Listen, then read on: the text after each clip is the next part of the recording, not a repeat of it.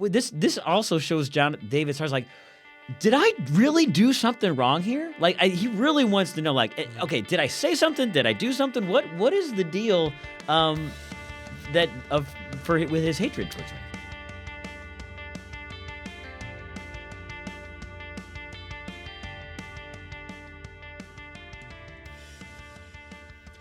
Welcome back to the Physics of Faith podcast. I'm Tommy.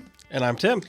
And we are continuing through the story of the life of David in this series. And not a couple weeks ago, we kind of went through basically most of chapter 18. We skipped some of the early parts, and today is kind of, we'll tell you kind of why we did that.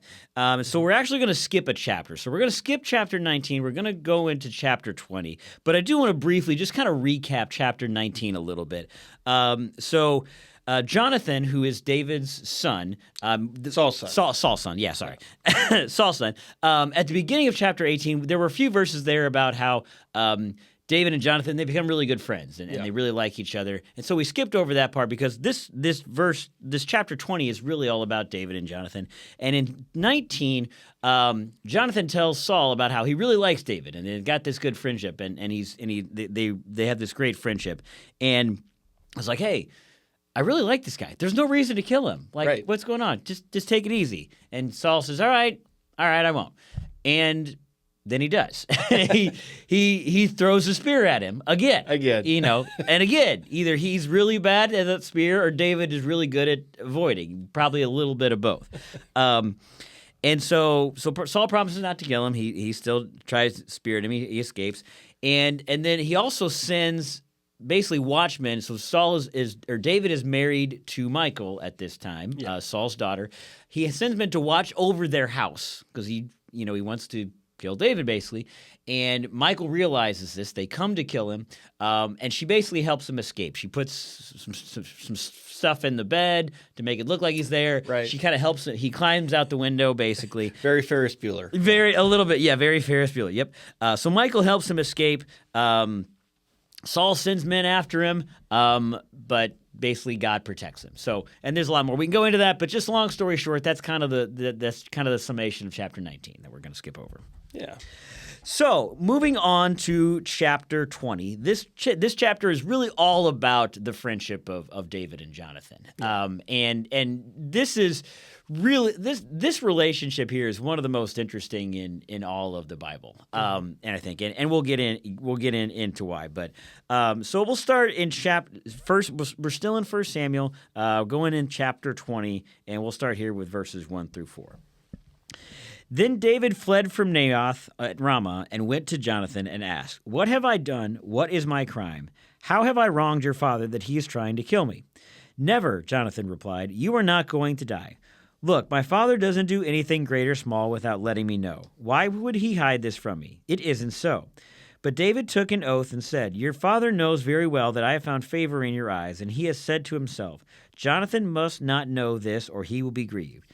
Yet as surely as the Lord lives, and as you live, there is only a step between me and death." Jonathan said to David, "Whatever you want me to do, I'll do for you." All right, so we picked this up here. David had fled from Naioth, so that's kind of where he went to flee from Saul. Yeah. That's where Saul kind of sent his men to find him, and God protects David. And so he gets back to Jonathan. He's like, "Dude, what's your dad's problem?" Yeah. Why this is now twice now. He's thrown a spear at me, tried to kill me, and now he's sending men after me. He's watching over me at night. Your sister, my wife, his daughter. Yeah. I mean, this is like very Jerry Springer. This is like some Jerry Springer family dynamics here going on, right? Yeah. I've had to flee. So, and I think this also shows David's heart. Like, did I really do something wrong here? Like, he really wants to know. Like, okay, did I say something? Did I do something? What is the deal? With his hatred towards me. Yeah, and that could be read one of two ways. It could be like an earnest, like, what did I do wrong? Maybe I can fix it. Yeah. Or it can be like a rhetorical, that I didn't do anything wrong. Right. Right. Yeah. Like, what have I done? Like, right. This is exactly how he talks to his brother Yeah.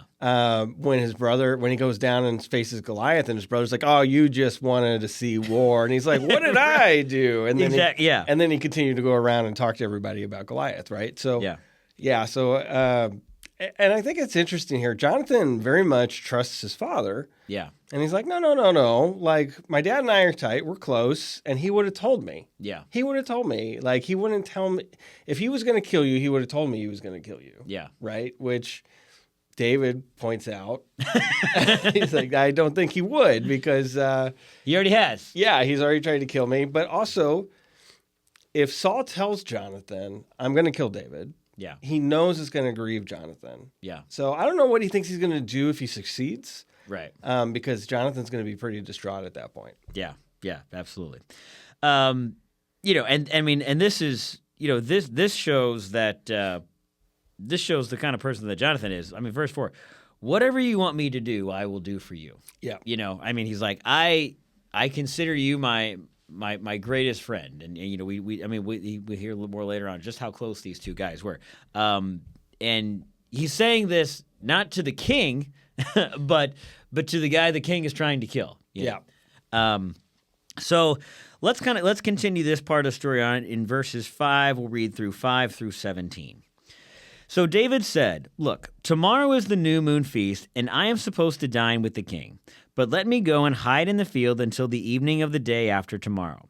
If your father misses me at all, tell him, David earnestly asked my permission to hurry to Bethlehem, his hometown, because an annual sacrifice is being made there for his whole clan. If he says, 'Very well,' then your servant is safe. But if he loses his temper and you can be sure that he is determined to harm me. As for you, show kindness to your servant, for you have brought him into a covenant with you before the Lord. If I am guilty, then kill me yourself. Why hand me over to your father?" "Never," said Jonathan. "If I had the least inkling that my father was determined to harm you, wouldn't I tell you?" David asked, "Who will tell me if your father answers you harshly?" "Come," Jonathan said, "let's go out into the field." So they went there together. Then Jonathan said to David, "I swear by the Lord, the God of Israel, that I will surely sound out my father by this time the day after tomorrow. If he is favorably disposed toward you, will I not send you word and let you know? But if my father intends to harm you, may the Lord deal with Jonathan, be it ever so severely, if I do not let you know and send you away in peace. May the Lord be with you as he has been with my father. But show me unfailing kindness like the Lord's kindness as long as I live, so that I may not be killed. And do not ever cut off your kindness from my family, not even when the Lord has cut off every one of David's enemies from the face of the earth." So Jonathan made a covenant with the house of David, saying, "May the Lord call David's enemies to account." And Jonathan had David reaffirm his oath out of love for him, because he loved him as he loved himself. Okay, so David is trying to get to the truth of Saul's feelings here. He's trying to figure out what's the deal is. And so he knows that Jonathan is his dear friend who he trusts. He also knows that Saul and Jonathan have a good relationship, or at least you'd think so. Right. And he would find this out. So he kind of develops this plan. So this is a new moon feast. This was a regular thing that occurred. And David being a high-ranking official, he plays for Saul, and he's a warrior now. This is a feast that he would normally attend. Yeah. And so he's like, all right, I'm going to skip this once, and let's see if he notices, basically. Yeah.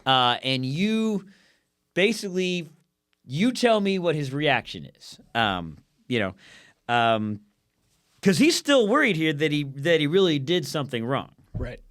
So this feast would be a thing that he would normally be at. So if he wasn't there, Saul would notice. And what's interesting to me in verse 8, he says, "As for you, show kindness to your servant, for you have brought him into a covenant with you before the Lord.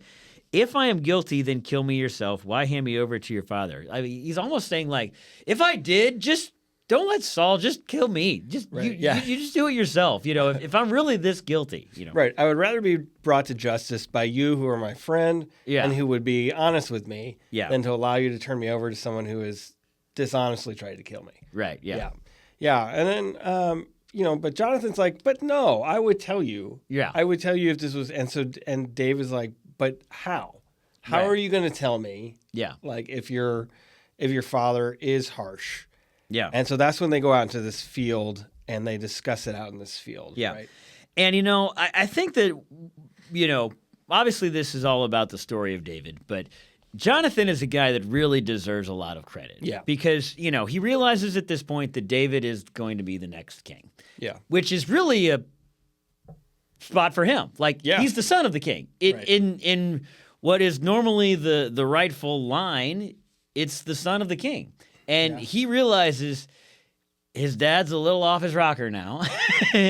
David has been anointed by God, and so Jonathan is going to do everything that he can to be obedient to God, to not take Saul off the throne, but to be obedient to God and help David ascend to that throne when the time comes. Yeah.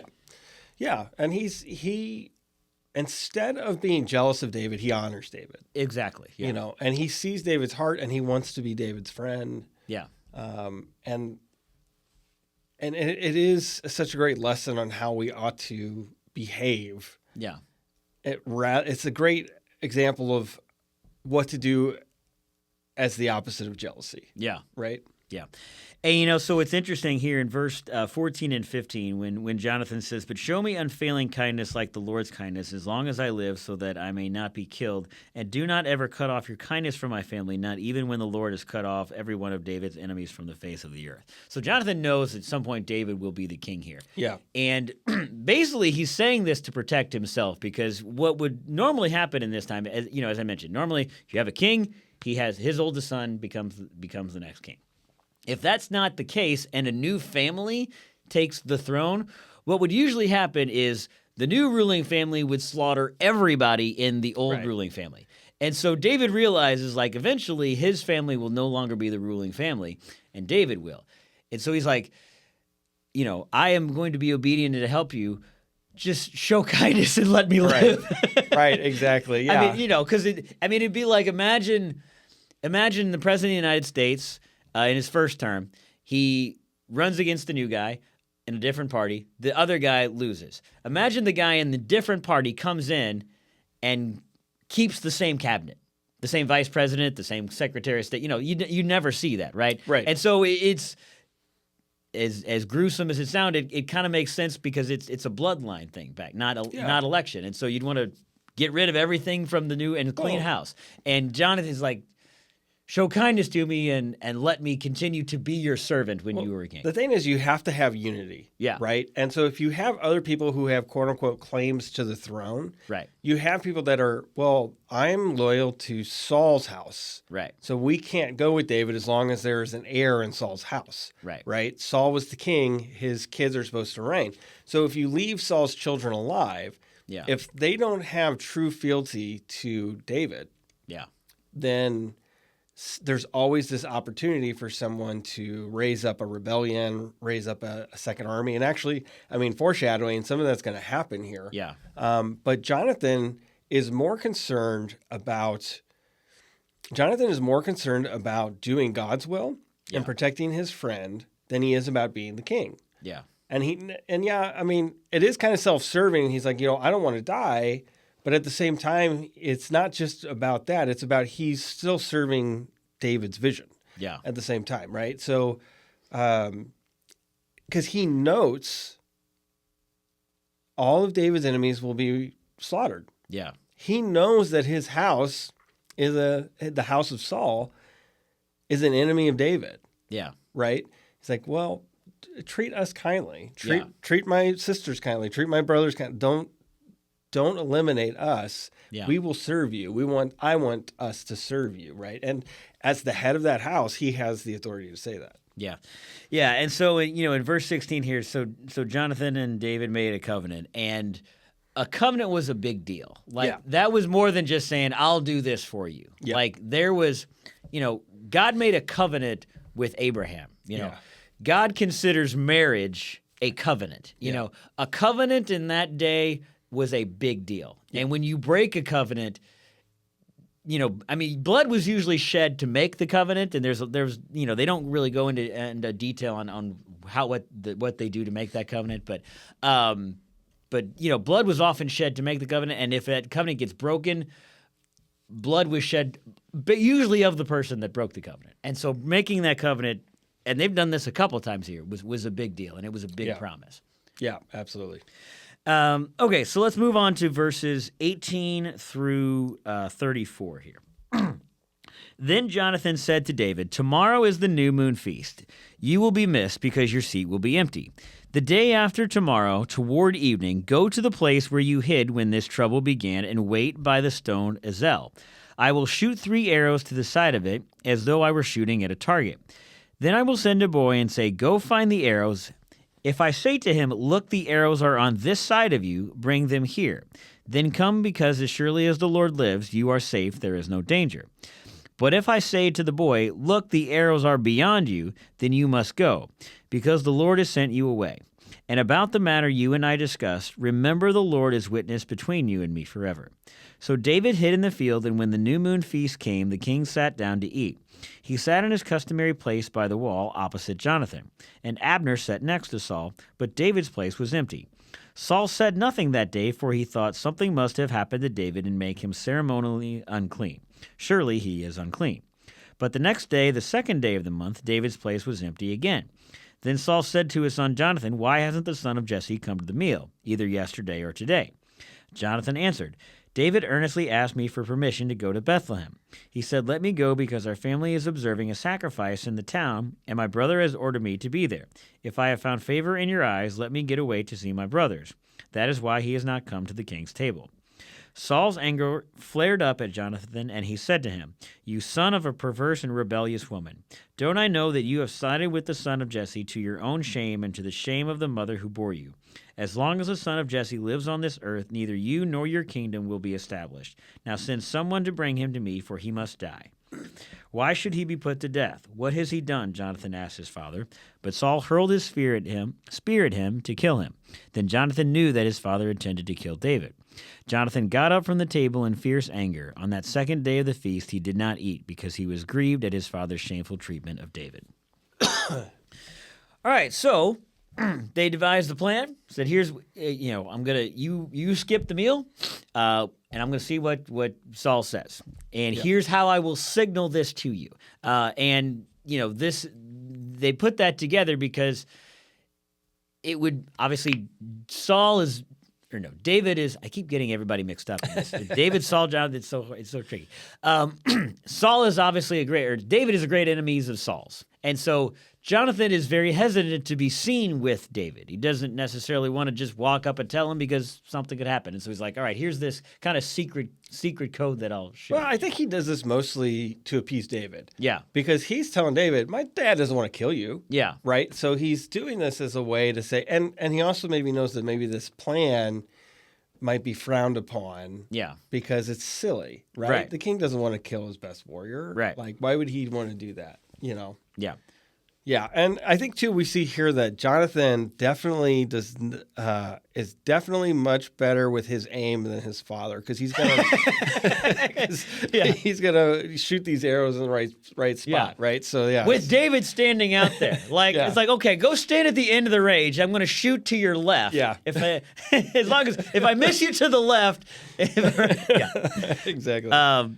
And Saul had a lot of faith in Jonathan, right? By being out there. Yeah, right. But yeah, so obviously David is not there on the first day, but Saul doesn't make any big deal of it because there's legitimate reasons. He could be ceremonial unclean, and so he knew that he's giving a day to make himself clean. That was a pretty common thing. There's nothing alarming about that for Saul. Mm-hmm. Then the second day, he's no longer there. Usually after. He would have expected David to make himself clean at this point, and he's not there. And clearly, he is greatly angered. And this just shows there's a little thing in here that shows Saul's level of disdain for David, and that he calls him the son of Jesse. Doesn't even call him by his name. Yeah, it's like, where is that son of Jesse? Yeah. I mean, the guy, he's made him commander of thousands of men. He's his own son. He's his own son-in-law. Yeah. All of this stuff and yet he can't even refer to him by his name. Yeah. And so, as often as men do sometimes when they're angry at their son, they blame their mother. You're your mother's son. Yeah.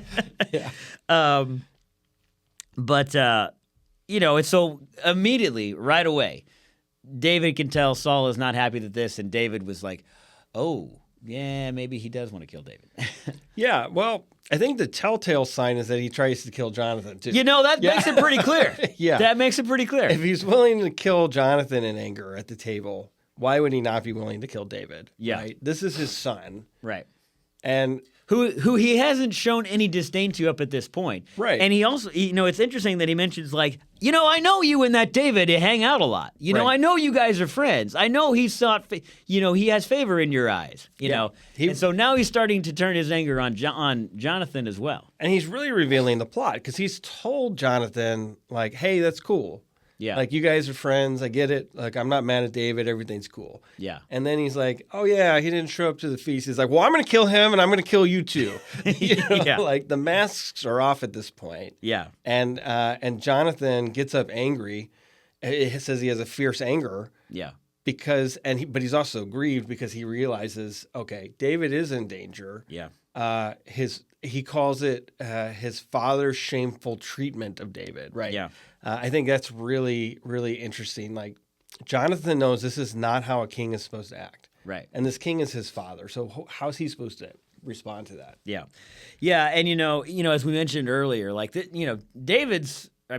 Jonathan would normally be the heir to the throne here. And it's telling what Saul says in that as long as the son of Jesse lives on this earth, neither you nor your kingdom will be established. It's like, I'm punishing you for for my anger for them because once he's gone, how is he supposed to do, that? But, he's like, he's going above and beyond now. I think what Saul's referring to there is basically David's going to be king. Yeah. Which means you won't. So as long as he's alive, yeah, you'll never be the king. Yeah. Right?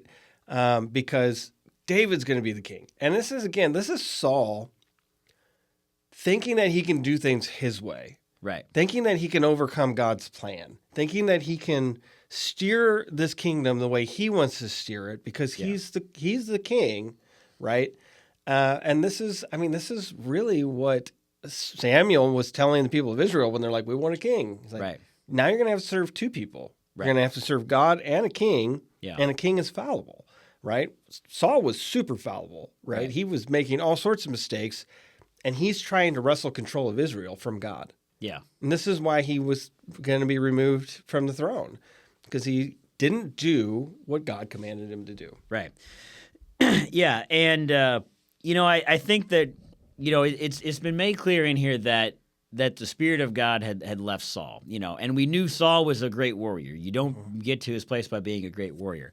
And yet this is now the third time that he throws a spear at somebody and misses. So clearly either he stinks at throwing a spear, that was never his weapon of choice, or that just shows that God, obviously God protects David and he's going to protect Saul, and the Spirit of God had left Saul at this point because clearly he is way inaccurate with his spear throwing. Right. Well, I think we'll see later on that Saul really only had a spear to lean on. But up. Yeah, you'll get that joke here in a couple weeks, folks. Okay, so continuing on, verse 35.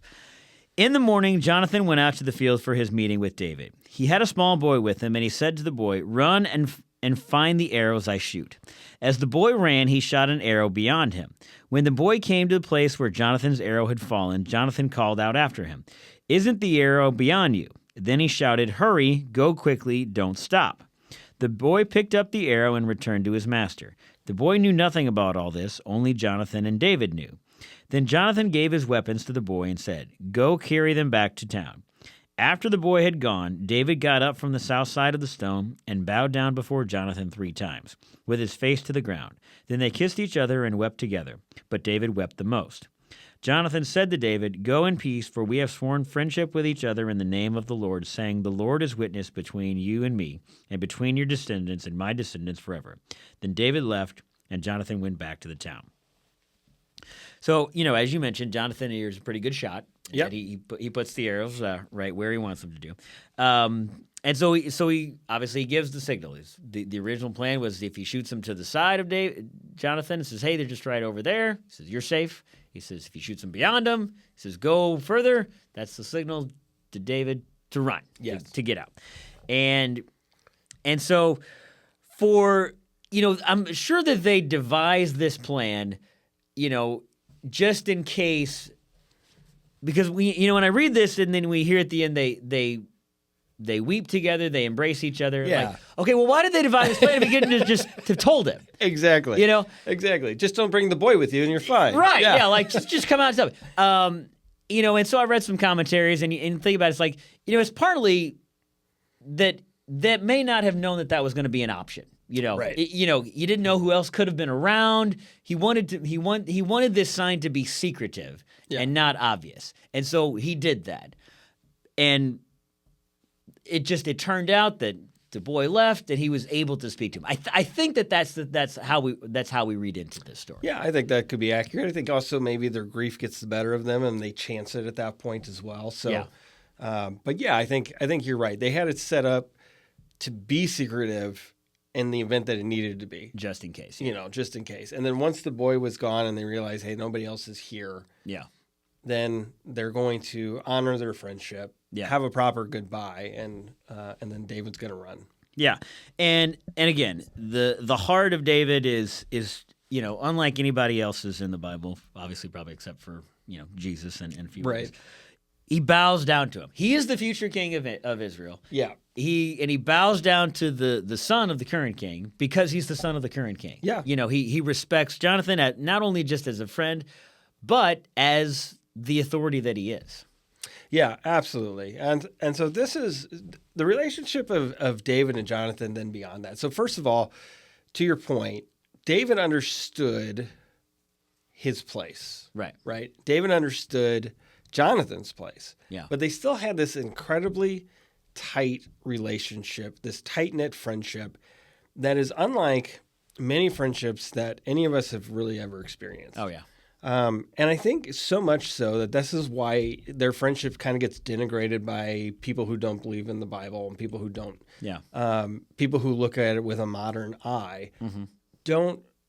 I don't know that we understand brotherhood as well as David and Jonathan did. Yeah. Right? There is something to be said about a true camaraderie between men, and maybe it makes sense that they were both warriors. Maybe it makes sense that they've gone to battle together. Yeah. You'll hear stories about that. I've never served, but like you hear stories about the forms of brotherhood and in those moments. And so there is something special there with the relationship. And like this is something that I think all of us wish we had to a degree, and those who have found friendship this deep and this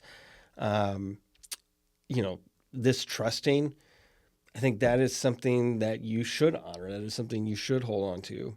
And that is something that you should value. So,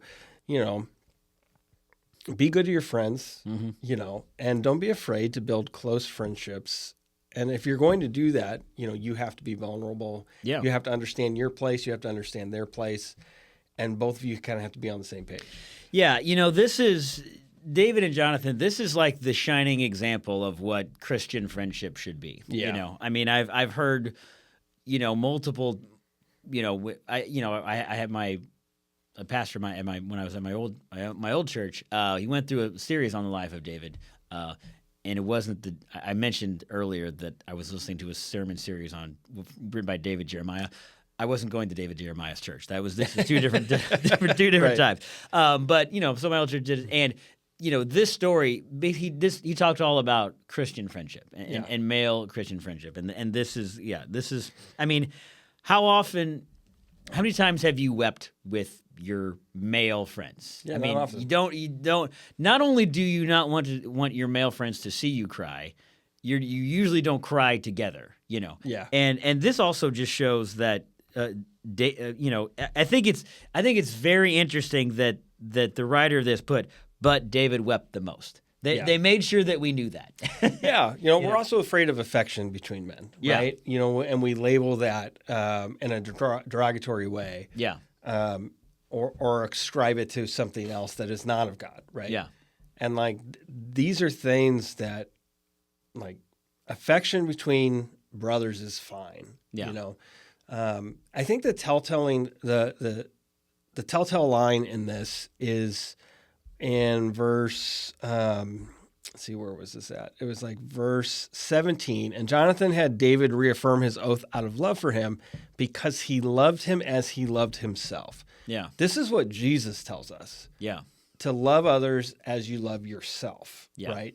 This is what he taught his disciples. This is what he taught his apostles. Yeah. You need to love each other the way you love yourself. Right.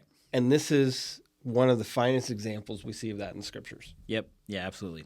And, it's obvious why they're distraught at this because, this is the point where, like, David's like, I got to go. I got to run. It is not safe for me here. And so they're not even sure if they'll ever see each other again at this point. I mean, spoiler alert, they'll see each other once more, and that's it.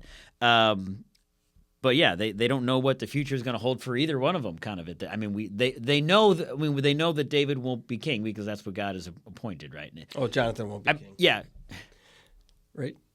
David will be king. David will be king. I thought would not be king. I'm sorry. So they know that David will be king because that's what God has appointed, and they're both obedient to that. But as far as their friendship goes, they don't really know at this point, and that's part of the why they're so sad here. Right, and it's hard to be friends with someone when your father wants to kill them. Very, yeah, and you're. And again, I go back to. I mean, this is some Jerry Springer stuff. This is you've got the king. Who hates David, who is his son-in-law, who is the best friend of his son. Right. Yeah. I mean, exactly. There's a lot going on here. So I think that if this is, I actually had one of the pastors at my former church, actually the pastor that married my wife and I. He has several kids. His oldest son, he named him David. Then he had another son, named him Jonathan. Oh. And this is why, And he's like, when they were younger, he sat them both down. He's like, I want you guys to understand what Christian friendship means, what your names mean to each other, and both those boys are fantastic young men now. So nice. I think that there's this when you're talking about Christian friendship and male camaraderie, this is when you want to learn about it. This is the place to go. Yeah. All right. Well, that is it for Samuel chapter 20. We will be back again in a few weeks with the next part of the story of David.